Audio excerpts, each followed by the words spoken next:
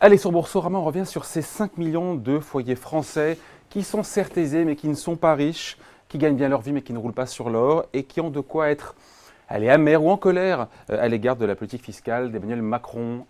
Xavier Timbaud, bonjour. Bonjour David. Économiste, directeur à l'OFCE.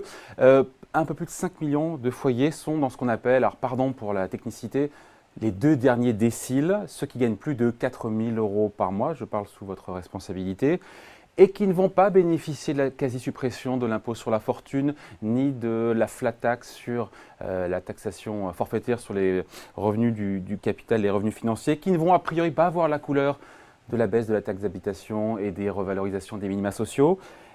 Pour ces petits riches, pour cette classe moyenne supérieure, les petits patrons de PME, les cadres sup, les professions libérales, certains diront les bourgeois de province ou les bobos parisiens, ils ne sont pas un peu les oubliés de la politique fiscale d'Emmanuel Macron? Ce n'est pas une évidence, ça? Quand on regarde les chiffres. Oui, les chiffres. C'est effectivement les chiffres qui nous conduisent à ça. Effectivement, aujourd'hui, on va parler de vous, David. Et de vous aussi. Surtout de vous, David. Un peu plus vous, quand même, David. Bon, du fait de l'ancienneté. Et donc, oui, c'est un petit peu le point aveugle de la réforme fiscale d'Emmanuel Macron, ce qu'il a annoncé pour l'ensemble du quinquennat. Donc là, on ne regarde pas ce qui va se passer spécifiquement en 2018, mais bien ce qui est prévu pour l'ensemble du quinquennat. Et effectivement, il bénéficie un petit peu de certaines mesures. La bascule des cotisations sociales vers la CSG, oui, elle va quand même bénéficier, en tout cas pour ceux d'entre eux qui sont actifs.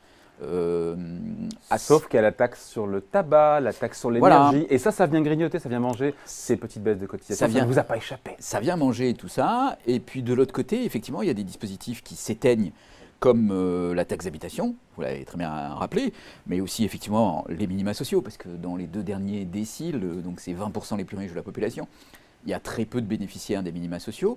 C'est une catégorie qui a été déjà aussi largement mise à contribution dans le quinquennat précédent. Ça, c'est bien d'en parler. C'est un autre sujet, mais c'est vrai. Mais c'est vrai, c'est quand même un point... Le matraquage fiscal, ceux qui se la sont tapés, ce matraquage fiscal... Je vois que vous le prenez à cœur et personnellement quand même. Non, mais on a des amis, et même si on est dedans, c'est tant mieux, c'est dans les aisés, on a travaillé pour, on va pas se cacher, ni vous ni moi. Bon, alors... Voilà. Donc, les 50 milliards, parce qu'on a des chiffres, les 50 milliards d'euros de hausse de fiscalité entre 2010 et 2017, c'est bien cette classe aisée supérieure qui l'a payé. Oh, pas l'intégralité non plus. Un gros morceau. Mais un morceau. Un gros morceau. En tout cas, un morceau.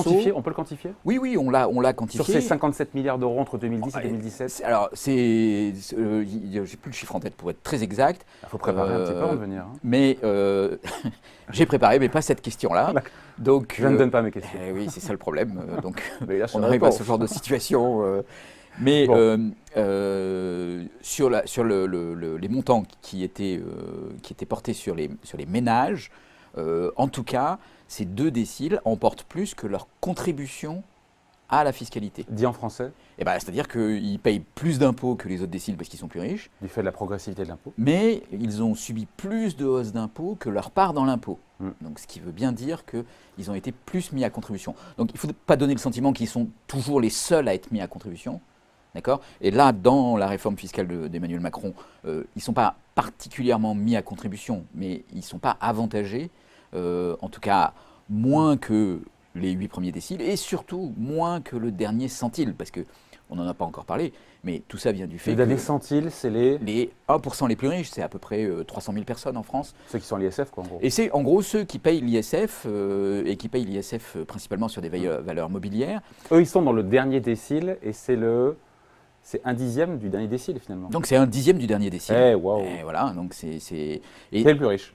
C'est vraiment les plus riches. Donc parmi les 20% les plus riches, il faut distinguer les 19% qui sont dans cette classe moyenne supérieure. Bon, alors évidemment, quand on arrive vers le 19e pourcentage, on arrive à des gens qui sont quand même très aisés. Mais il y a encore plus aisé, c'est le dernier centile. Combien, d'ailleurs, sur ce dernier centile, donc ceux qui sont en gros à l'ISF, qui gagnent plus qui ont combien de revenus, d'ailleurs, en gros, ce dernier centile? Ça correspond patrimoine. À des revenus qui sont supérieurs. Alors, ça dépend si on compte en unités de consommation. En ménage avec mais deux en enfants. gros, ça correspond, pour un ménage avec 2 enfants, ça correspond à un revenu qui est supérieur à 300 000 €. À 300 000 €.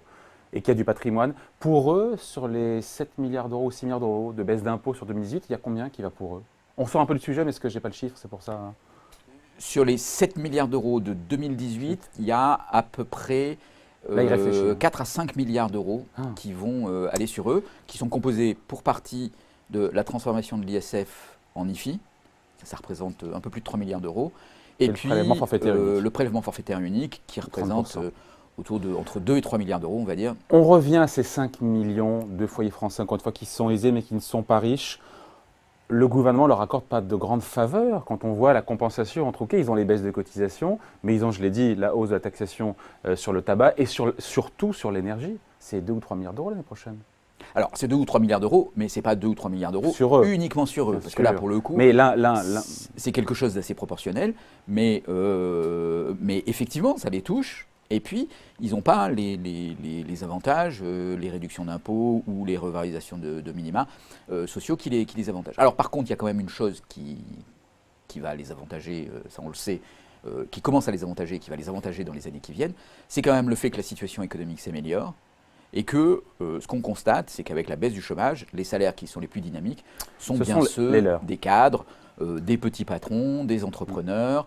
C'est eux aujourd'hui qui peuvent. Mais ça n'a rien à voir avec la politique d'Emmanuel Macron, la politique fiscale d'Emmanuel Macron. On parle de ça là. Ça n'a rien à voir directement avec la politique fiscale. Maintenant, dans le contexte général où on se trouve, quand même, leur situation, elle est moins avantagée que celle du dernier centile. Elle est moins avantagée que ceux des 8 premiers déciles, mais on ne va pas faire pleurer dans les chaumières.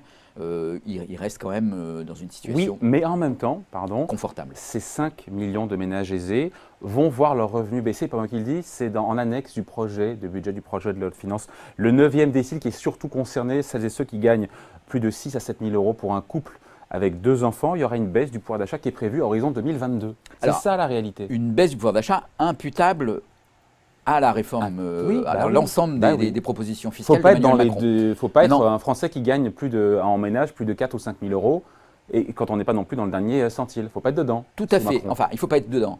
Il ne faut pas être dedans du point de vue des réformes fiscales. Oui, on parle bien de ça. Maintenant, il y a quand même l'amélioration générale de la situation économique. Et il vaut mieux être dans ce dernier, dans ce 9e décile que d'être dans le premier décile. Vous voyez, il ne s'agit pas juste de profiter des cadeaux fiscaux ou des améliorations fiscales que Emmanuel Macron met sur la table, mais quand même d'une situation générale qui, elle, est d'abord plus confortable et ensuite ce sont quand même les grands oubliés. Mais ce sont les grands oubliés. Il faut le dire. Et dans le mouvement qu'il y a eu tout au long de la crise, parce que ce n'est pas uniquement François Hollande, mais dans le rétablissement des comptes publics, il y a eu... Quand il faut payer plus d'impôts, c'est eux qui en payent plus, et quand ça baisse, c'est pas eux qui en bénéficient. Et ce n'est pas propre à Emmanuel Macron. Parce que finalement, ces gens-là sont des gens qui ne manifestent pas, qui sont silencieux. Peut-être pour ça aussi. Alors, c'est surtout ce qui est frappant, c'est que c'est quand même beaucoup eux qui ont voté pour Emmanuel Macron. Ça, c'est vrai.